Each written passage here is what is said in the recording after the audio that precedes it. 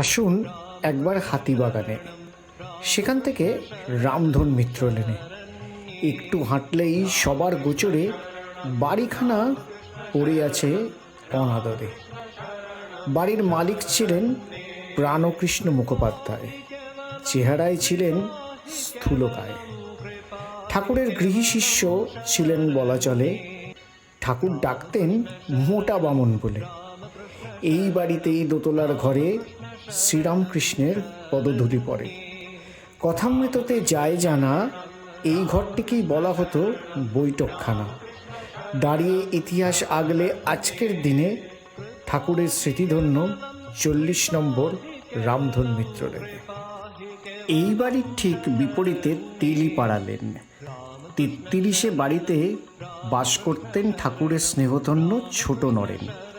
ইতিহাস আজও এখানে কথা বলে ফিস ফিস করে, উত্তর কলকাতার এই শ্যামপুকুরে।